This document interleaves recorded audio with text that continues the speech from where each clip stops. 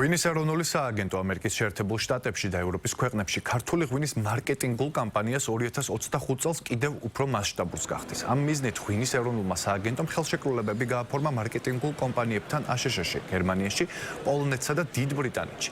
აღნიშნულ კომპანიებთან სააგენტო გასულ წლებშიც თანამშრომლობდა და მათი ინფორმაციით ექსპორტის ზრდის ტენდენციებით ხასიათდება.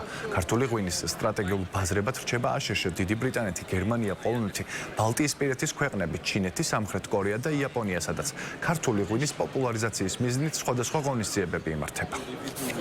ჩვენ გვაქვს შერჩეული სტრატეგიული ქვეყნები, სტრატეგიული ბაზრები, რომლებიც გამოირჩევიან ღვინის მოხმარებით და მათ შორის, რა თქმა უნდა, ყოველწლიურად მზარდი ამ ქვეყნებში ქართული ღვინის მოხმარება. გვეყოლება ყველგან ის მარკეტინგული კომპანია, რომელიც სწორედ ქართული ღვინის პოპულარიზაციაზე იმუშავებს. რაც შეეხება ამერიკის შეერთებულ შტატებს, მე ვფიქრობ, რომ ღვინისთვის, ქართული ღვინისთვის და მაღალი ხარისხის ღვინისთვის ძალიან მნიშვნელოვანი ბაზარია.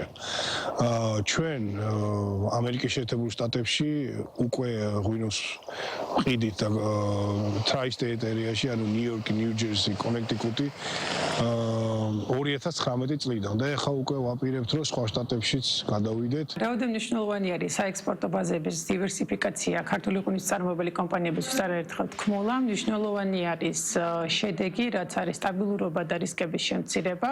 ჩვენი კომპანია უკვე დიდი ხანია ოპერირებს აზიისა და ევროპის ბაზრებზე და დავიწყეთ ფიქრი თუ როგორ გავზარდოთ გაყიდვები შეერთებულ შტატებში.